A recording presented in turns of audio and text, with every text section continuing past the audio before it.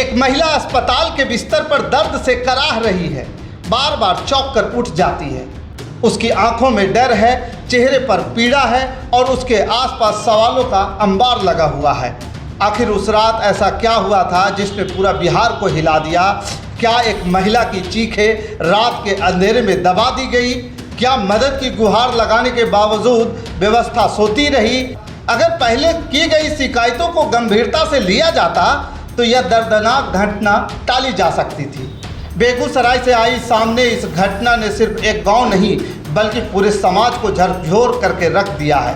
एक तरफ पीड़िता के गंभीर आरोप है, दूसरे तरफ पुलिस और प्रशासन की कार्रवाई पर उठते सवाल हैं। और इस रिपोर्ट में हम आपको बताएंगे उस रात से लेकर के अस्पताल, थाने, जांच, न्याय की लड़ाई तक की पूरी कहानी। वीडियो को अंत तक जरूर देखिएगा क्योंकि इस कहानी का हर मोड़ कई ऐसे सवाल छोड़ जाता है जिनका जवाब आज भी तलाशे जा रहे हैं।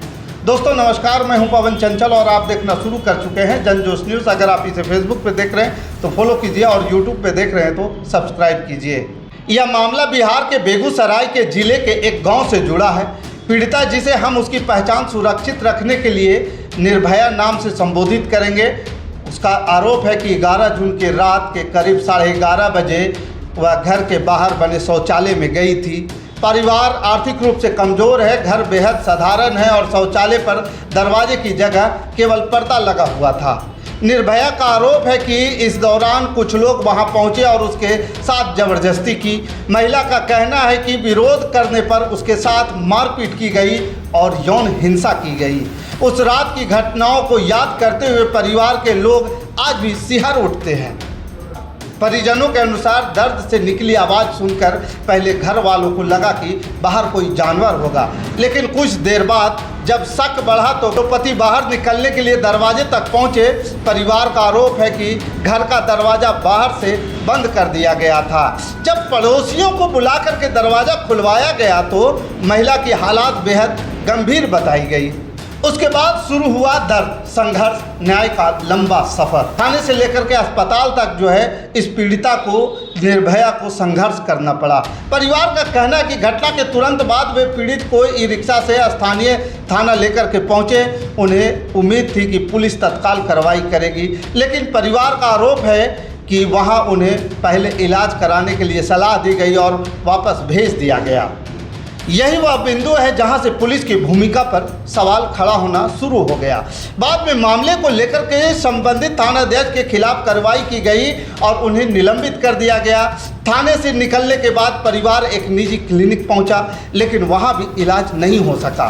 इसके बाद महिला को सामुदायिक स्वास्थ्य केंद्र ले जाया गया, जहां से उसकी गंभीर हालत को देखते हुए सदर अस्पताल में रेफर कर दिया गया। अस्पताल पहुंचने तक महिला अर्धबेहोशी की स्थिति में थी।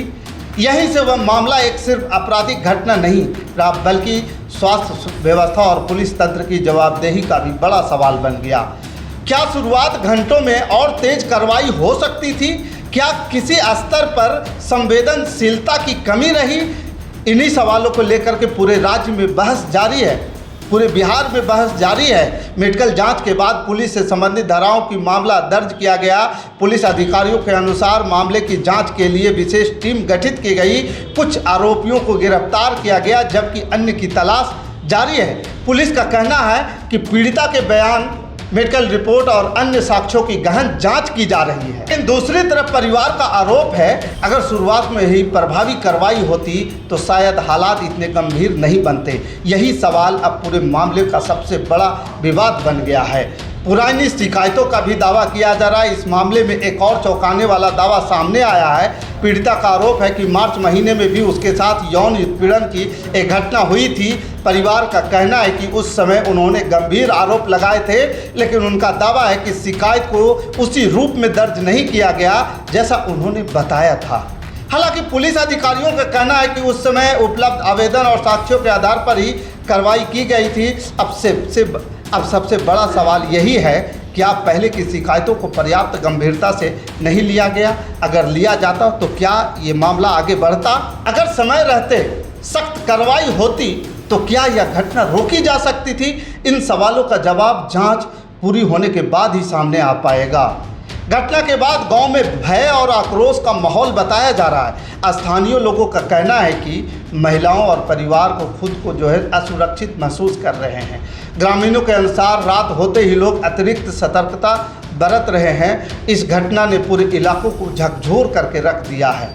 बेगूसराय की यह घटना केवल एक आपराधिक मामला नहीं है, यह महिलाओं को सुरक्षित, पुलिस की जवाबदेही, न्याय व्यवस्था की संवेदनशीलता पर कई गंभीर सवाल खड़े करती हुई नजर आ रही है। क्या पीड़िता को समय पर न्याय मिलेगा? क्या सभी आरोपियों तक कानून का हाथ पहुंचेगा? क्या भविष्य में ऐसी घटनाओं को रोकने के लिए व्यवस्था में कोई बड़ा बदलाव होगा? इन सवालों के जवाब आने वाले दिनों में सामने आ पाएंगे। फिलहाल जांच जारी है। पूरे बिहार की नज़र इस मामले पर टिकी हुई है। और आपको यह खबर महत्वपूर्ण लगता है कि इस पीड़िता को, इस निर्भया को जितना जल्दी हो सके न्याय मिले, तो आप इस वीडियो को ज़रूर शेयर कीजिएगा।